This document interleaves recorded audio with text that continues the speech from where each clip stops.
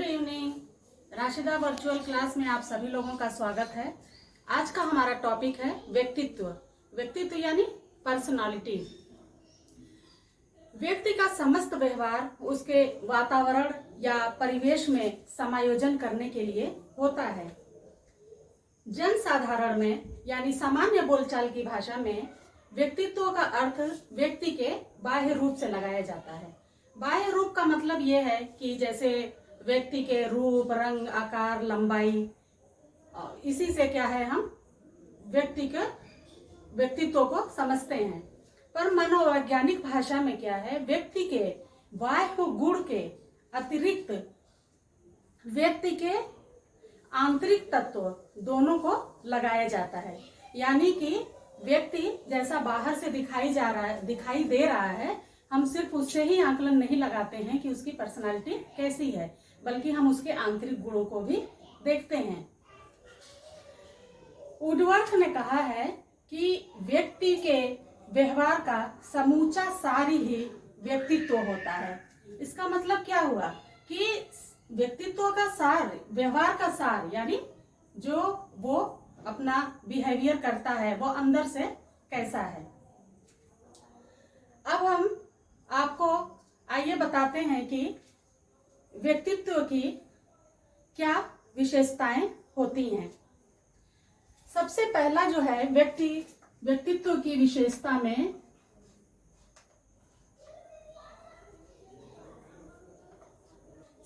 व्यक्तित्व की सबसे पहली जो विशेषता है वो क्या है, आत्मचेतना।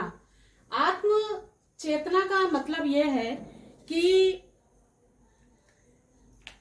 व्यक्ति खुद के मतलब चेतनशील हो। मनुष्य को सभी जीवधारियों से अलग इसीलिए रखा गया है क्योंकि उसके अंदर आत्मचेतना होती है, वो स्वयं के प्रति जागृत होता है। तो व्यक्तित्व की सबसे पहली जो विशेषता है वो क्या है, आत्मचेतना है। दूसरी विशेषता है सामाजिकता।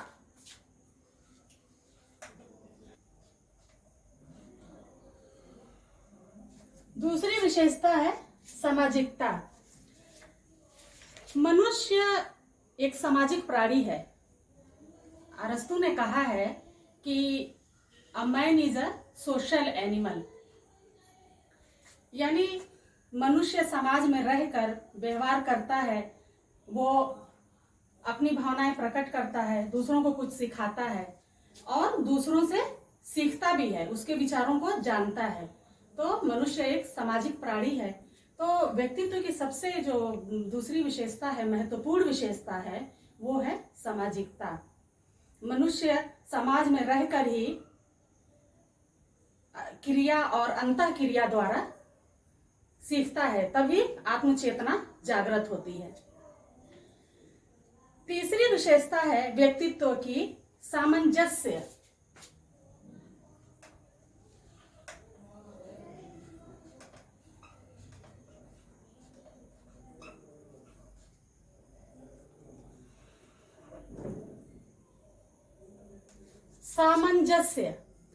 सामंजस्य का मतलब यह है कि एडजस्टमेंट, तालमेल बैठाना।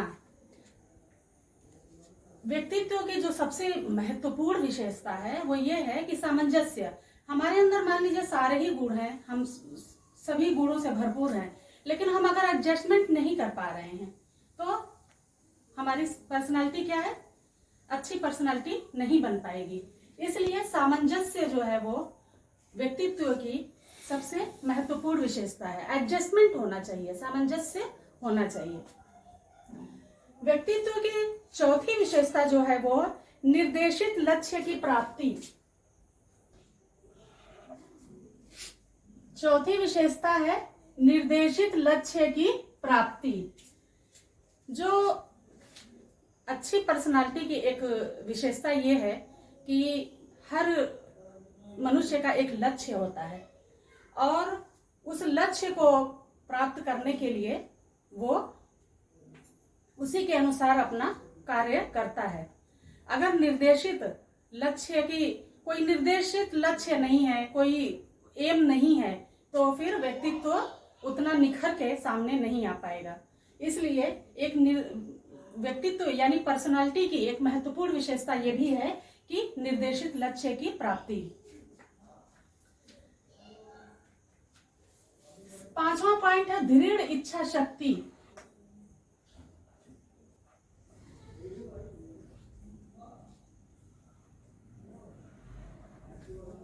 दृढ़ इच्छा शक्ति। दृढ़ इच्छा शक्ति का मतलब यह है कि जिस व्यक्तित्व के अंदर ये बात हो कि जो भी वो करना चाहता है वो पूरा मतलब कंसंट्रेट हो करने के लिए कि नहीं हमको ये करना है, एडजस्ट करे, उसके लिए विकास के लिए कोशिश करे, दृढ़ हो, उसकी जो इच्छा शक्ति है वो दृढ़ हो, यानी कंसंट्रेट करके अपने लक्ष्य की तरफ आगे बढ़े, उसकी इच्छा जो भी वो करना चाहता है वो उस पे पूरा दृढ़ता के साथ कार्य करे। तो ये 5वीं विशेषता है दृढ़ इच्छा शक्ति। 6 पॉइंट है विकास की निरंतरता। व्यक्तित्व पर्सनालिटी की एक ये भी खास विशेषता है कि विकास की निरंतरता। निरंतरता मतलब कंटिन्यूअस, चलता रहे, विकास की तरफ उन्मुख हो, विकास करते रहें। विकास जैसे जैसे मनुष्य विकास करता है, निरंतर, मनुष्य की ये हॉबी है कि वो निरंतर विकास करता रहता है। तो जैसे जैसे विकास करता है उसकी पर्सनालिटी भी उसके साथ साथ इम्प्रूव होती है। विकास होता है और साथ साथ मनुष्य की पर्सनालिटी भी बदलती रहती है, इम्प्रूव होती है। तो ये रहा आपका व्यक्तित्व और पर्सनालिटी की विशेषता।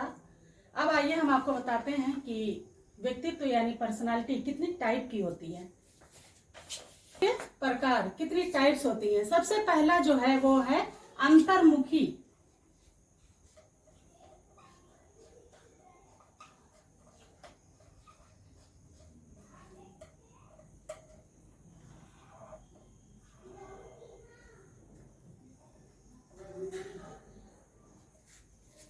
अंतर्मुखी व्यक्तित्व और पर्सनालिटी के जो सबसे पहले टाइप्स है वो है अंतर्मुखी। अंतर्मुखी यानी इंट्रोवर्ट, इंग्लिश में इसको इंट्रोवर्ट कहते हैं। अंतर्मुखी पर्सनालिटी के जो मनुष्य होते हैं वो क्या है कि कम बोलते हैं और शांत स्वभाव के होते हैं। वो एकांत में रहना पसंद करते हैं, उनको अकेले रहना अच्छा लगता है और रचनात्मक प्रवृत्ति के होते हैं। अकेले में रहते हैं, कुछ सोचते रहते हैं और रचना करते हैं, लेकिन वो वक्ता नहीं होते, अच्छे वक्ता नहीं होते। रचना जरूर करते हैं पर अच्छे वक्ता नहीं होते, यानी बहुत अच्छा बोल नहीं पाते हैं और लज्जाशील होते हैं, शर्मीले होते हैं। तो ये जो है अंतर्मुखी व्यक्तित्व वाले मनुष्य की विशेषता है।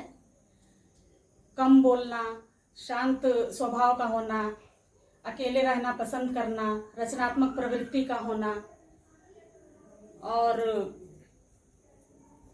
अपने बातों को खुल के किसी के सामने बहुत रख ना पाना, मन में ही रखना। और मान लीजिए कि जैसे मिलते जुलते कम है किसी से, बहुत ज्यादा सामाजिक नहीं होते, वाचाल नहीं होते हैं। तो ये रहा अंतर्मुखी व्यक्तित्व की विशेषता, मतलब कैसा मनुष्य अंतर्मुखी होता है, उसके व्यवहार से आकलन किया जा सकता है कि मनुष्य कैसा है। दूसरा टाइप है बहिर्मुखी। दूसरी टाइप्स है बहिर्मुखी। बहिर्मुखी को हम इंग्लिश में एक्सट्रोवर्ट कहते हैं।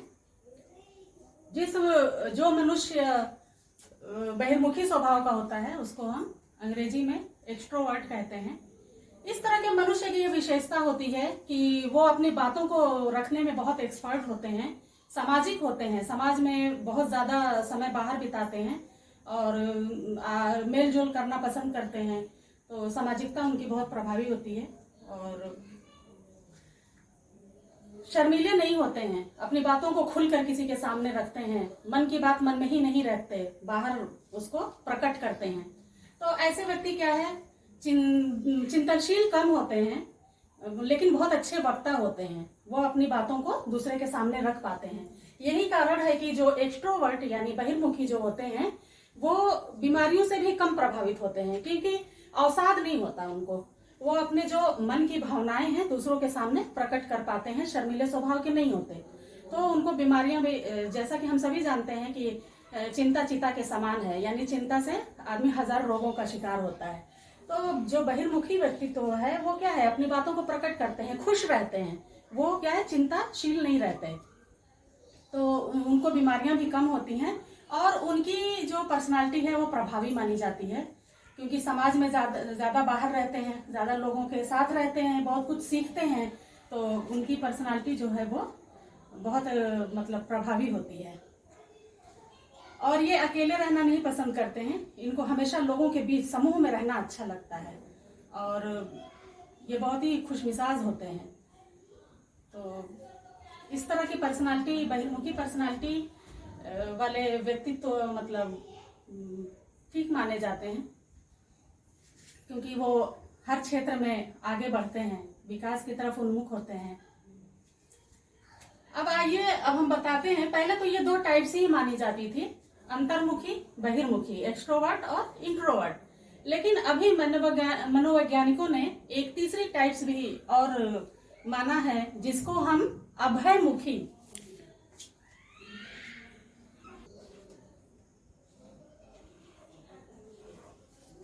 तीसरी टाइप्स जो है मनोवैज्ञानिकों ने अभी माना है वो है उभयमुखी। उभयमुखी मतलब एम्बीवर्ट, इसको जो तीसरा नाम दिया है मनोवैज्ञानिकों ने, उभयमुखी को अंग्रेजी में एम्बीवर्ट बोलते हैं। इस तरह के मनुष्य में क्या है, जो अंतर्मुखी और बहिर्मुखी की जो विशेषताएं हैं या जो उनकी पर्सनालिटी को डिफाइन करती है, जो गुण हैं, वो दोनों ही इसमें पाई जाती हैं। मतलब कुछ गुण अंतर्मुखी के पाए जाते हैं और कुछ गुण बहिर्मुखी के पाए जाते हैं। तो मनोवैज्ञानिकों का ये मानना है कि ये पर्सनालिटी सबसे बेस्ट है, क्योंकि जो भी अच्छाइयां हैं वो जो इनकी कमियां हैं और वो नहीं आती इसमें, और अच्छाइयां होती हैं। तो उभयमुखी पर्सनालिटी जो है वो अच्छा मान रहे हैं मनोवैज्ञानिक, दोनों का सम्मिश्रण होता है। वैसे पर्सनालिटी वाले इंसान को जो है एम्बीवर्ट या अभयमुखी पर्सनालिटी वाला कहते हैं। ये जो व्यक्तित्व है, पर्सनालिटी, इंग्लिश में इसको पर्सनालिटी कहते हैं, ये पर्सोना शब्द से निकला है, जिसका अर्थ होता है मुखौटा, यानी इंसान के चेहरे पर जो भाव आते हैं, तरह तरह के उसकी जो भाव चेहरे पर बदलते हैं, तो वो क्या है, पर्सनालिटी है, इंसान के पर्सनालिटी को प्रकट करता है। जैसे मुखौटे तरह तरह के बदले जाते हैं, तो वैसे ही इंसान के भाव जो है वो पर्सनालिटी को निर्देशित करते हैं। तो ये हमने आपको तीनों टाइप्स बता दी हैं। अब हम आपको बताते हैं कि पर्सनालिटीज को कौन कौन से तत्व प्रभावित करते हैं।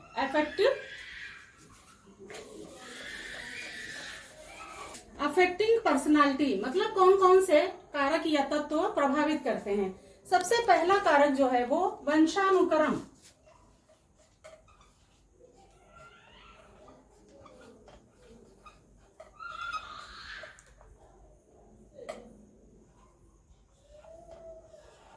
सबसे पहला कारक जो है वो वंशानुक्रम। सबसे पहला कारक जो है वो है वंशानुक्रम।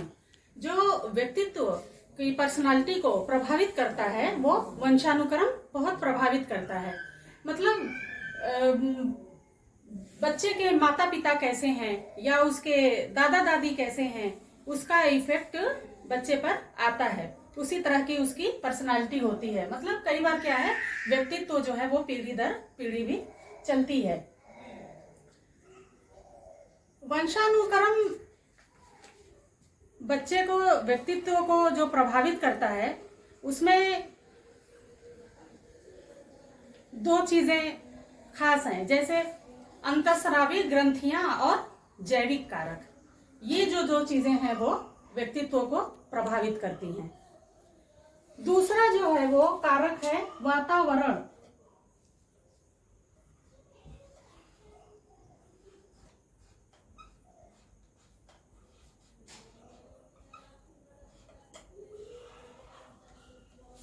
दूसरा कारक है वातावरण। व्यक्तित्व को जो वातावरण है वो बहुत प्रभावित करता है। किस तरह के हम वातावरण में रहते हैं उसका हमारे पर्सनालिटी पे इफेक्ट आता है। वातावरण में कई तरह के मतलब वातावरण आएंगे, जैसे पारिवारिक वातावरण, सामाजिक वातावरण, भौतिक वातावरण, सांस्कृतिक वातावरण। ये सब चीजें जो है वो हमारे व्यक्तित्व यानी पर्सनालिटी को प्रभावित करती हैं। पारिवारिक वातावरण में ये है कि जैसे माता पिता और घर के माहौल कैसा है, इससे हमारी पर्सनालिटी पर असर पड़ता है। सामाजिक वातावरण यानी हम किस तरह के परिवेश में रहते हैं, हमारे जो घर के सराउंडिंग एरिया है वहां पर किस तरह का वातावरण है, उसका भी हमारे पर्सनालिटी पे इफेक्ट आता है। सांस्कृतिक वातावरण से मतलब ये है कि किस तरह का कल्चर है, उस कल्चर का भी हमारे पर्सनालिटी पे इफेक्ट होता है। तीसरा कारक है मानसिक रचना।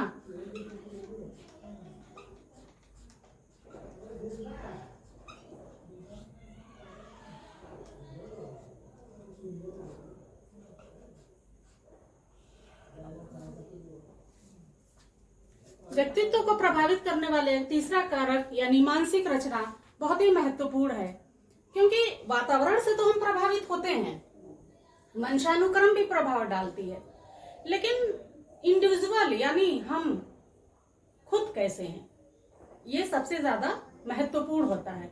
हमारी मानसिक रचना कैसी है, हम कैसे हैं, हमारी शारीरिक रचना कैसी है, हमारी मानसिक रचना कैसी है, हम अंदर से खुद कैसा फील करते हैं, ये हमारे व्यक्तित्व को सबसे ज्यादा प्रभावित करती है।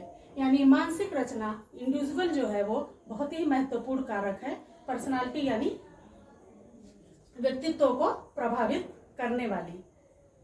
तो आज हमने आप लोगों को अपने इस वीडियो में बताया कि व्यक्तित्व यानी पर्सनालिटी क्या है, उसकी विशेषताएं क्या होती हैं, टाइप्स कितनी होती हैं और उसको कौन कौन से तत्व कारक एलिमेंट्स प्रभावित करते हैं। ये मनोविज्ञान का बहुत ही महत्वपूर्ण टॉपिक है और इसमें से क्वेश्चन भी आते हैं हर एग्जाम में। तो आज का हमारा टॉपिक यही समाप्त हुआ और नेक्स्ट